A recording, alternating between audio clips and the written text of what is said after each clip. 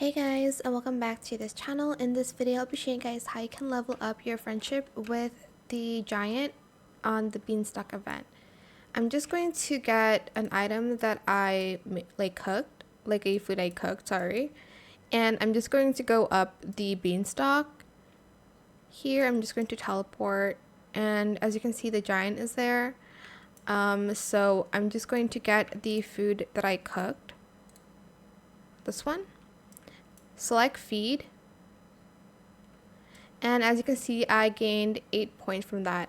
My tip for you is to cook the foods before you grow your beanstalk, so you'll have time to give a lot of food and up your level points, because I don't know how many points you get from that. But yeah, that is pretty much it.